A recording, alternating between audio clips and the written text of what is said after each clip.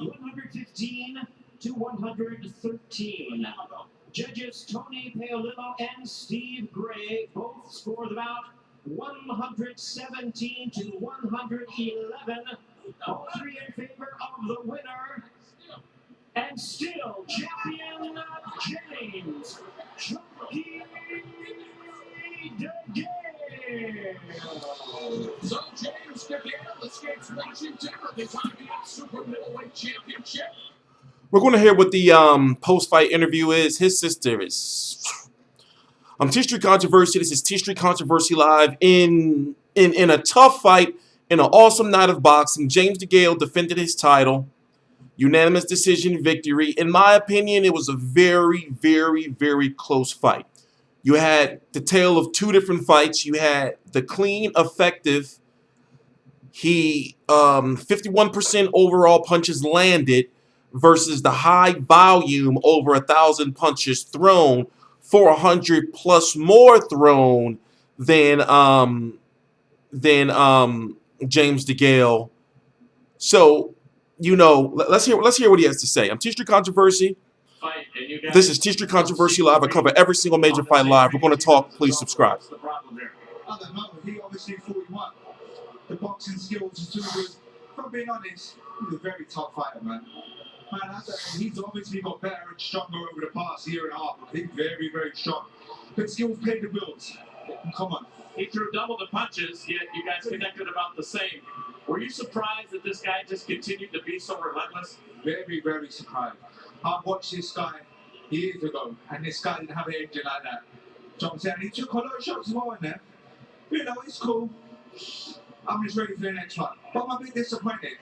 I'm a bit disappointed. Still paid the bill. Disappointed in your performance? A little bit, yeah, because I should be taking out people like Rogelio Medina. That's no disrespect to him. But don't worry, you're still learning, Kobe. You're still learning. You're changing your style a little bit. Where do you need to improve? Listen, I'm always learning in the gym. I'm trained by Jim McDonald. Very good trainer. I'm always learning. On everything, from my inside work, my defense, and my concentration. Do you know what I'm saying? But I'm going to go back to the gym, I'm going to work, and I'll be ready for September. And you'll fight the winner of the next fight. You've beaten Bute before. Jack and Bute are coming up. Who do you like in that fight, and who would you like to face? I want Badou Jack. I want Badou Jack come on and fresh. Name on my record. He's a good champion. He's growing as a champion. They booing the shit out of him. But listen, I'm on Instagram, my bad. I know I do. Don't worry about that. I know I do. And you know Bute is a tough fighter. He gave you a tough fight. Do you expect a tough fight for Jack? That's going to be a very, very intriguing fight. Trust me. They're both good, strong fighters. I'm favouring Jack. They wouldn't surprise me if Lucian Bute wins. You said you wanted to win over America. How do you think you're doing? I think I'm doing all right. My last 3 fights against DeGale, very good tally fighter. Then Bute, very good fighter. Come on. Rogelio Medina, I'm disappointed. I'm not. That's no disrespect to him. I should be taking people out like that. But he's got better, stronger in the space for a year and a half. I don't know what's happening. All right, James. Congratulations. We'll see you in September. All right, Liz. Yeah, good boy. You look good to me. Do we want to hear what Rogelio? This video's kind of long. Let's hear what he has to say. Of course he's going to say he felt he won.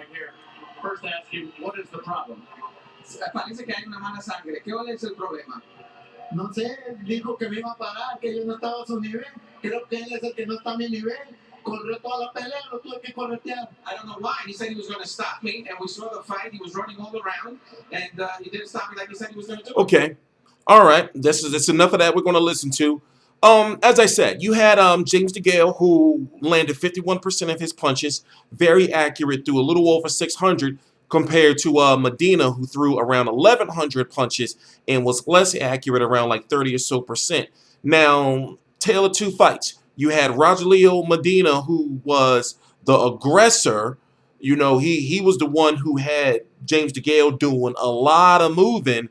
And by the way, there were several times in the fight where James DeGale seemed to relax on the ropes, and it looked really, really bad because, you know, Medina has some power behind him. Remember, he knocked out Julian Love.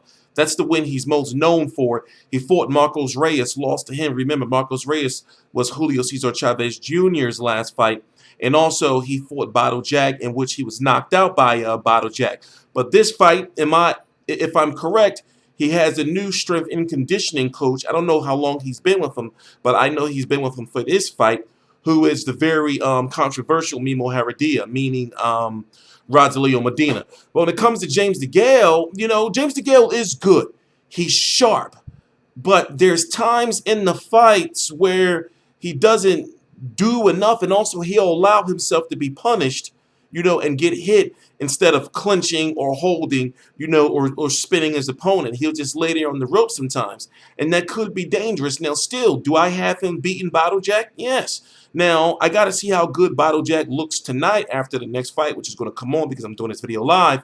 But, you know, there's just something, you know, it's just something more that he needs. Now, when you look at his resume, especially after losing to George Groves, when you look at the fact that he's got, you know, Paul Smith on his resume, when you look at he's got Virgil Hunter's Brandon Gonzalez, when you look at he's got Lucian Bute, Marco Antonio Parabon, you know, and now he's got Rogelio Medina, which we saw was a tough fight for him to get through. I see that they got Sky Sports over there. It was a tough fight for him to get through. But now, you know, he's going to be fighting Badou Jack. That's the fight that's supposed to be happening in September, I'm guessing is what they're saying. And really, it's the only route he can go, because when you look at the situation as far as Gilberto Ramirez, that's a whole contractual, you know, mess, political mess. Another thing that we've learned that a lot of people have been talking about, has been rumored, that James DeGale confirmed, is that he's not with Matchroom Promotions. He is not with Eddie Hearn. He doesn't have a contract. So he's strictly an Al Heyman fighter, and he has been making a lot of money being an Al Heyman fighter, even though he hasn't fought in the UK, his homeland, since 2014. WBC #1 contender Caleb Smith is there in DC as well, of the brother Smith, Paul Smith, Liam Smith, etc.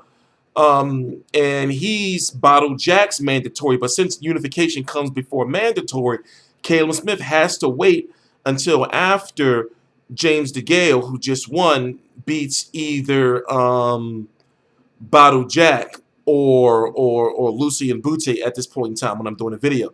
So not to confuse you too much, I want to get back to the video. So we know now for sure that James DeGale's next fight is going to be the winner of Badou Jack and Lucian Bute. And I'm thinking, would he fight Lucian Bute if Bute wins, you know, because of the belt? Because Lucian Bute has a good chance to win. So, you know, James DeGale has some things to work on. And as he said in the post-fight interview, he's a little disappointed in himself. In my opinion, he should be, you know, because he should be taking out guys like Rogelio Medina at this point in time.